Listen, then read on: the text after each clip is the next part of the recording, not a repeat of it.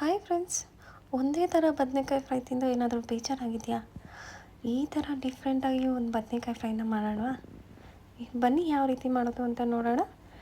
ನೋಡಿ, ಬದನೇಕಾಯಿ ದೊಡ್ಡ ಬದನೇಕಾಯಿ ಬರುತ್ತಲ್ಲ, ಅದನ್ನು ತಗೊಂಡು ನಾನು ಸ್ಲೈಸಸ್ ಥರ ಕಟ್ ಮಾಡಿ ಇಟ್ಕೊಂಡಿದ್ದೀನಿ. ಇವಾಗ ಒಂದು ಪ್ಲೇಟಲ್ಲಿ ನಾವು ಮಸಾಲ ರೆಡಿ ಮಾಡ್ಕೊಳ್ಳೋಣ. ಅದಕ್ಕೆ ಏನಿಲ್ಲ, ಸಿಂಪಲಾಗಿ ನಮ್ಮ ಮನೇಲೇ ಸಿಗುವಂಥ ಮಸಾಲ. ಸ್ವಲ್ಪ ಖಾರದ ಪುಡಿ, ಸ್ವಲ್ಪ ಜೀರಿಗೆ ಪುಡಿ, ಸ್ವಲ್ಪ ಗರಂ ಮಸಾಲ, ಸ್ವಲ್ಪ ಅರಿಶಿನ, ಸ್ವಲ್ಪ ರುಚಿಗೆ ತಕ್ಕಷ್ಟು ಉಪ್ಪು, ಒಂದು 2 ಸ್ಪೂನಷ್ಟು ಎಣ್ಣೆನ ಹಾಕ್ಕೊಂಡಿದ್ದೀನಿ. ಎಲ್ಲ ಹಾಕ್ಕೊಂಡು ಚೆನ್ನಾಗಿ ಈ ಥರ ಮಿಕ್ಸ್ ಮಾಡ್ಕೊಳ್ಳಿ. ನಾವು ಕಟ್ ಮಾಡಿ ಇಟ್ಕೊಂಡಿದ್ವಲ್ಲ ಬದನೇಕಾಯಿನ, ಅದನ್ನು ತಗೊಂಡು 2 ಸೈಡನ್ನು ಈ ಥರ ಹಚ್ಕೊಳ್ಳಿ.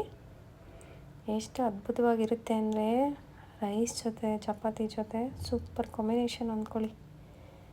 ನೋಡಿ, ಇವಾಗ ಒಂದು ಪ್ಯಾನ್ ಇಟ್ಕೊಂಡಿದ್ದೀನ, ಅದಕ್ಕೆ ಈ ಥರ ಹಾಕ್ಕೊಂಡು ಸ್ಲೈಸಸ್ ಥರ ಚೆನ್ನಾಗಿ ಶಾಲೋ ಫ್ರೈ ಮಾಡ್ಕೊಳ್ಳೋದು. ನೋಡಿ, ಈ ಥರ ಇಟ್ಕೊಂಡ್ಬಿಡೋದು. ಎಲ್ಲ ಈ ಥರ ಜೋಡಿಸ್ಕೊಂಬಿಡಿ. ಜೋಡಿಸ್ಕೊಂಡಾದ್ಮೇಲೆ ಒಂದು ಮುಚ್ಚಳ ಮುಚ್ಚಿಬಿಟ್ಟು ಒಂದು 5 ನಿಮಿಷ ಬೇಯಿಸ್ಕೊಳ್ಳಿ. ನೋಡಿ, ಇವಾಗ ಮುಚ್ಚಳ ಮುಚ್ಚಿ ಒಂದು 5 ನಿಮಿಷ ಬೇಯಿಸ್ಬಿಡಿ. ನೋಡಿ, ಒಂದು 5 ನಿಮಿಷ ಆದಮೇಲೆ ಈ ಥರ ನಾವು ತಿರ್ಸ್ಕೊಳ್ಳೋಣ. ಈ ಥರ ತಿರ್ಸ್ಕೊಂಡು ಬೇಯಿಸ್ಕೋಬೇಕು 2 ಸೈಡು. ಆವಾಗ ತುಂಬ ಚೆನ್ನಾಗಿ ಮಸಾಲೆ ಎಲ್ಲ ಚೆನ್ನಾಗಿ ಹತ್ಕೊಂಡಿರುತ್ತೆ.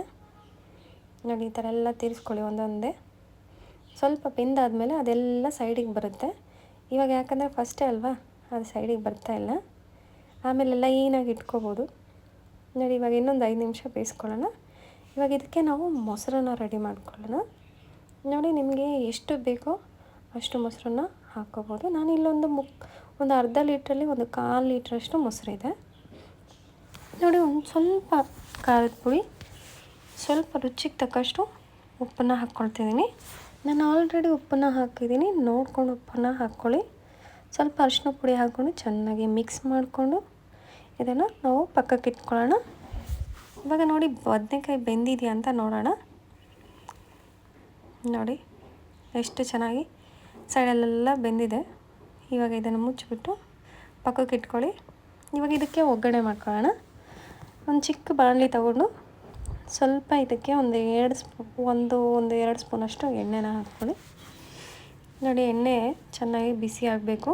ಆಮೇಲೆ ಇದಕ್ಕೆ ಸ್ವಲ್ಪ 1 ಸ್ಪೂನಷ್ಟು ಜೀರಿಗೆನ ಹಾಕ್ಕೊಳ್ಳೋಣ. ಇದಕ್ಕೆ ನಿಮ್ಗೆ ಇನ್ನೂ ಖಾರ ಬೇಕು ಅಂದರೆ ನೀವು ಹಸಿಮೆಣ್ಸಿನ್ಕಾಯಿ, ಸ್ವಲ್ಪ ಒಣಮೆಣ್ಸಿನ್ಕಾಯಿನ ಹಾಕ್ಕೋಬೋದು. ನಾನಿಲ್ಲ ಹಾಕ್ಕೊಂಡಿದ್ದೀನಿ. ನಿಮ್ಗೆ ಬೇಡ ಅಂದರೆ ಸ್ಕಿಪ್ ಮಾಡ್ಕೊಳ್ಳಿ.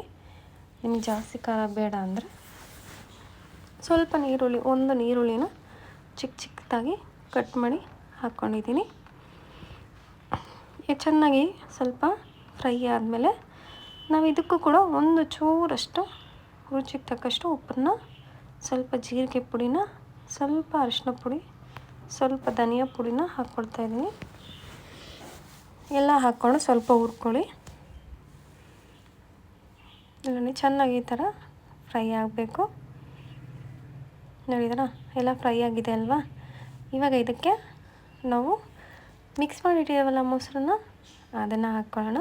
ನೆನಪಲ್ಲಿ ಇಟ್ಕೊಳ್ಳಿ, ಗ್ಯಾಸ್ ಆಫ್ ಆಗಿರಬೇಕು, ಇಲ್ಲಾಂದರೆ ಮೊಸರು ಹೊಡೆದೋಗ್ಬಿಡುತ್ತೆ. ನೋಡಿದ್ರಾ? ಗ್ಯಾಸ್ ಆಫ್ ಮಾಡಿಕೊಂಡು ಚೆನ್ನಾಗಿ ಈ ಥರ ಮಿಕ್ಸ್ ಮಾಡ್ಕೊಳ್ಳಿ. ಇವಾಗ ನಾವು ಬದನೇಕಾಯಿ ಇಟ್ಕೊಂಡಿದ್ವಲ್ಲ, ಅದರ ಮೇಲೆ ಹಾಕ್ಕೊಳ್ಳೋಣ.